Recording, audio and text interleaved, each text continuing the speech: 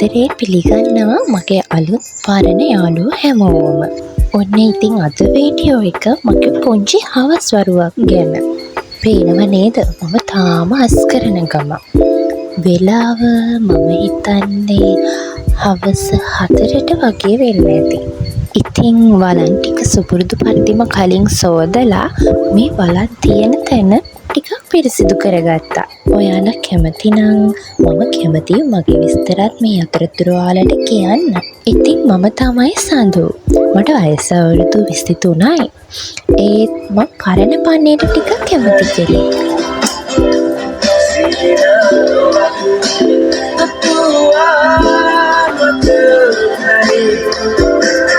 ඉතින් මේ විකාශය වෙන ලස්සන ගීතවලටත් සවන් යොමාගෙන තමයි මගේ වැඩ ටික වෙන්නේ. මොන වැඩේ කළත් අන්තිමට මේ ජල කරාමය ළඟ පිරිසිදු කරේ නැත්තම් මට නිින්ද යන්නේ. මම පුංචි බිරිඳක්.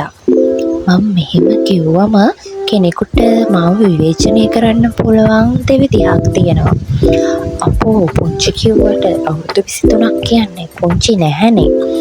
ඒ වගේම තව කෙනෙක් හිතයි අයියෝ පොඩි ළමයෙක් නේ කියලා. ඉතින් එක එක මිනිස්සයා තවත් මිනිස්සුන්ව විවේචනය කරන්නේ Tamanට කැමති විදිහට.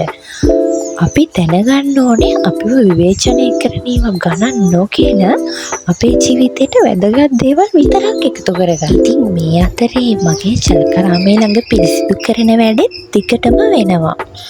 මම සීතුම් කාර්ක කුඩු ටිකක් ඉහලා ඒක හොඳට පිරිසිදු කළා. ඉතින් අපි සාමාන්‍ය මධ්‍යම පාන්තික පවුලක්.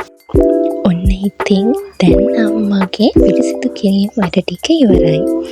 දැන් මට තියෙන්නේ අපේ රාත්‍රී ආහාරයට ඕන කරන දේවල් ලෑස්ති කරගන්න.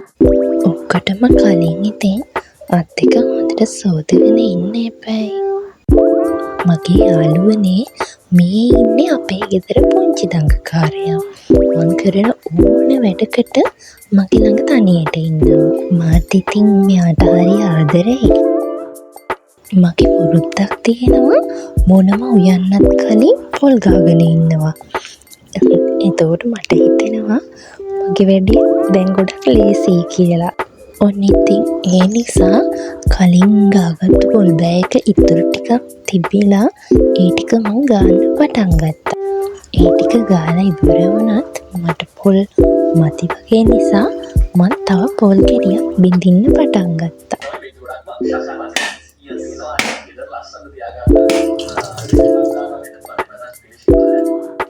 පොල් වතුර කියන්නේ ඉතින් ස්වභාව ධර්මයෙන් අපට දීපු කොච්චරනම් ගුණ දෙයක්ද.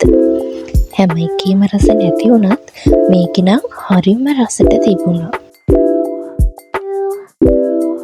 ඉතින් අලුත් පොල් බෑයත් මට ඇති කියලා හිතෙනකන් මම ගා ගන්නවා.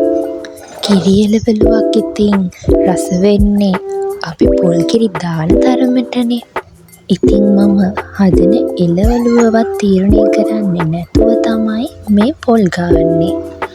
ඒත් මං පොල් ගාන අතරේ කල්පනා කරා මොනවද මගේ ළඟ ඉතුරු වෙලා තිබුණු එළවලු කියලා. එතකොට මට මතක් වුණා මං කලින් කොටසක් හදපු එකක තව ඉතුරු වට්ටක් කෑල්ලක් තියෙනවා කියලා. ඉතින් මම ඒක හදනවා කියලා හිතාගෙන පොල් ටික ඉක්මනට ගාගත්තා. මෙයාලා දෙන්න ඇවිත් මේ හොරෙන් ඉබිකම් කරලා බලන්නේ මං කුස්තිය මොකද කරන්නේ කියලා. පේනවනේ කොහොම උස්සලා. ඉතින් ඔය එහා පැත්තෙන් ඉන්න මෙයාගේ නෝනා නම් දවසක් අපිට බිත්තරයක් දෙනවා.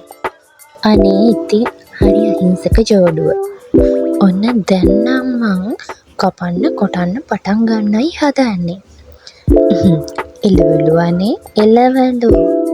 ඔක්කොටම කලින් ඉතින් මේවා හොඳට හොදගෙන ඉන්න එපයි. මගේ කටින් බෝඩ් එකයි පිහියයි දෙකම හොඳට සෝදගත්තා. මේ බෝඩ් එක නම් මට හදලා දුන්නේ අපේ සනෝගේ තාත්තා. එයා පඩු කාර්මිකයෙක්. ඉතින් මෙහෙම බෝඩ් එකේ තියලා කපන එක ලේසි කියලා මං කිව්ව හින්දා එයා මට එකක් හදලා දුන්නා. බෝඩ් එකේ තියලා එළවලු පළතුරු කපනකොට මට දැනෙන්නේ නිකන් මං රාජකීය කෝකියෙක් වගේ. මගේ වට්ටක්ක කෑල්ල කපන්නයි ලෑස්තිය. මේක දැන් ටික දවසක් ඉන්න පැත්තක් පොඩ්ඩක් තැලිලා වගේ තියෙනවා. ඉතින් ඒක අපි කපලා අයින් කරගෙන වට්ටක්ක කෑල්ල පොඩි කෑලි වලට කපා ගමු. ඉතින් අපේ ගෙදර මේ වට්ටක්ක මදි විතරක් කන කෙනෙකුත් ඉන්නවනේ. ඔයාලට මතකද මං කලින් පෙන්නපු මගේ පුංචි දඟකාරයා? එයාගේ තාත්තත් ඉන්නවනේ අපේ ගෙදර. අන්න එයා මේ වට්ටක්ක මදේ කන්න හරිම කැමති. ඉතින් ඒ හින්දා මං ඒ කෑල්ල එයාට අරන් තිබ්බා. ඔයාලගේ ගෙදරත් ඉන්නවද මේ වගේ අමුතු කෑම කන පූසෙක්? මම මේ වැඩ ටික මෙහෙම කරගෙන ගියාට ඇත්තටම මං ටිකක් අසනීපෙනුත් තමයි එදා හිටියේ. අමාරුවෙන් වුණත් වැඩ ටික හැමින් කරා. ඇහෙනව නේද අපේ කුකුල් රජාගේ සද්දේ? ඉතින් මං හිතාගෙන ඉන්නේ නම් වට්ටක්ක කිරට හදලා, හාල් මැස්සෝ තෙල් දාලා, පපඩම් බැදලා එච්චරයි. ඒ ටික තමයි මං හදන්න හිතාගෙන හිටියේ නම්. මේ කහපාට එළවලු පළතුරු කොච්චරනම් ගුණද? ඒත් බලන්න අපේ මිනිස්සු කොච්චරනම් මේ ගුණ එළවලු පළතුරු කන්නේ නැතුව කඩේ තියෙන ජරාව කනවද කියලා. ආසාවට චුට්ටක් කන එක ගැන නෙවෙයි මම කියන්නේ. ආසාවට චුට්ටක් කෑවට කමක් නැහැ. ඒත් නිතරම මේවා කාලා ඇයි මිනිස්සු අඩු වයසින් මැරෙන්න හදන්නේ? ඔයාලා දන්නවද මේ වගේ 3 වෙනි වීඩියෝ එක? අතකින් අඩු හින්දාද මන්දා ඔයාලත් එක්ක මොනව බෙදා ගන්නද කියලා මට හිතා ගන්න බෑ. ඔයාලට හිටපු ගමන් හැදෙන්නේ නැද්ද දරා ගන්න බැරි මහා ඔළුවේ කැක්කමක්? අද මටත් අන්න ඒ වගේ දවසක්. ඇත්තටම හරිම අමාරුයි. ටඩා! බලන්න මගේ ලස්සන වට්ටක්ක කෑලි ටික. ඉතින් මෙයාට නිදා ගන්න දෙන්නේ නැතුව පොඩි කෝලමක් දාලා මගේ පාළුව කාන්සියත් මම කා ගන්න එපයි. එක තැන්වල එක වොයිස් ඇහුනට ගණන් ගන්න එපා ළමයි. මම එක මෝඩ් වලින් වොයිස් කරද්දී වොයිස් එක නිකන් එක විදිහට ඔයාලට ඇහෙයි. බය වෙන්න එපා. ඒ මමම තමයි. හොඳට හොදගත්තු වට්ටක්ක ටික මං වට්ටක්ක එළවලුව හදන්න භාජනයේට මෙන්න මේ විදිහට දාගන්නවා. මම මැරි කරලා මෙහෙට ආවට පස්සේ මං හොඳටම හදන්න මුලින්ම ඉගෙන ගත්ත එළවලුව තමයි වට්ටක්ක. ඒ හින්දා මං ගෙදරට ගොඩක් වෙලාවට වට්ටක්ක කන්න දුන්නා.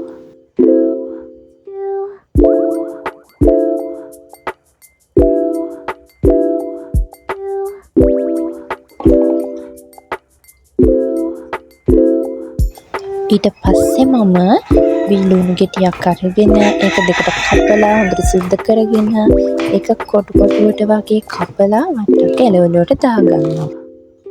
දැන් අපි අපේ එළවලුව රස වැඩි කරන අනිත් අමුද්‍රව්‍ය ටික ලෑස්ති කරගන්නයි යන්නේ. මම නම් ඉතින් පොඩි අමුමිරිස් කරල් 3ක් විතර එකතු කරගන්නවා. ඊට පස්සේ මම රම්පේ කරපිංචා ටික දාගන්නවා. මට මෙතනදී අමතක වෙලා මම කුරුඳු පොත්ත වට්ටක්ක එකත් එක්කම දානවා. ඒ වුණාට මම ඒක ආයේ ගන්නවා. මොකද අපේ නැන්දම්ම කියලා දීලා තියෙන කුරුඳු පොත්ත වට්ටක්ක එකට මෙහෙම එකතු කරන්න නෙමෙයි. ඒක සුදු ලුණු කුරුඳු ගම්මිරිස් එක්ක ඔක්කොම අඹරගෙන තමයි පේස්ට් එකක් විදිහට වට්ටක්ක එකට එකතු කරගන්නේ. එතකොට වට්ටක්ක එළවලුව මාර රසයි. ඔයාලට පේනවනේ ඉතින් මම 60 අඹරන හැටි. ඉතින් මේ තියන්නේ මං හදාගත්තු පේස්ට් එක. ඒක වට්ටක්ක එකට මම දානවා. ඔන්න ඉතින් දැන් වට්ටක්ක එළවලුව හදන්න හැමදේම ලෑස්ති. පොල් ගාලා වට්ටක්ක කපලා හැමදේම සූදානම් කරලා තමයි තියෙන්නේ. ඊට පස්සේ මම අපේ බත හදාගන්න තමයි මේ යන්නේ. අපි ඉතින් රතු කැකුළු තමයි ගොඩක් වෙලාවට කන්නේ. ඒවනේ ඉතින් ඇඟට ගුණ. බලන්න මගේ බත හැදෙන ගමන් තමයි දැන් තියෙන්නේ. මම දරලිපේ තමයි උයන්නේ. හරිම අඩුවෙන් තමයි ගෑස් ලිප පාවිච්චි කරන්නේ. බත හැදින්න ඉතින් චුට්ටක් වෙලා යනවනේ. ඒ අතරේ මම නාලා මගේ රෙදි ටික සෝදගන්න තමයි හදන්නේ. නිවාඩු පාඩුවේ මගේ මේ රෙදි චුට්ට මම හිමීට හොදනවා. මොකද බත හැදෙන්න වෙලා තියෙනවනේ. මම ඉතින් නාලා කරලා ඔක්කොම කරගෙන යනකොට බතත් හැදිලා මගේ නැන්දම්මත් ඇවිල්ලා. අනේ ඉතින් මගේ නැන්දම්ම හරිම හොඳයි. එයා ඊටු ටික කරන්න කියලා මට යන්න කිව්වා. එතකොට හස්බන්ඩුත් ගෙදර ඇවිත් හිටියේ. මට සනීප නැති හින්දා මට මෙන්න මේවා තමයි බෙහෙත් විදිහට හම්බුනේ. ගෑනු ළමයි නම් දන්නවා මේ බෙහෙත් වලින් ඕනම ලෙඩක් සනීප කරන්න පුළුවන් කියලා. අනේ ඉතින් මටත් එහෙම තමයි. මගේ තියෙන ලෙඩ ටිකත් සේරම සනීප වුණා මේ ටික දැක්කට පස්සේ. මම මගේ ෂෝට්ස් වල නිතරම දානවා මේ වගේ හස්බන්ඩ් කෙනෙක් මට හම්බෙලා තියෙන වාසනාවට කියලා. ඉතින් මේ බලන්න ඇත්ත තමයි මට හෙම්බිරිසාවක් බඩේ අමාරුවක් මොන වගේ ලෙඩක් හැදුනත් මට මේ වගේ දෙයක් අනිවාර්යෙන්ම හම්බෙනවම තමයි. මට හස්බන්ඩ්ගේ ගෙදරට ආවට පස්සේ ගොඩක් වෙලාවට හිතිලා තියෙනවා ඇත්තටම මම හරිම වාසනාවන්ත ගෑනු ළමෙක් කියලා. මට අලුත් හරිම ලස්සන ආදරණීය පවුලක් හම්බුන එකට. ඉතින් මගේ වීඩියෝ එක මෙතනින් ඉවරයි. තව අලුත් වීඩියෝ ගේන්න බලාපොරොත්තු වෙනවා. ඉතින් අපි තවත් වීඩියෝ එකකින් හම්බ වෙනකන් ඔයාලා හැමෝම පරිස්සමෙන් ඉන්න. බයි බයි.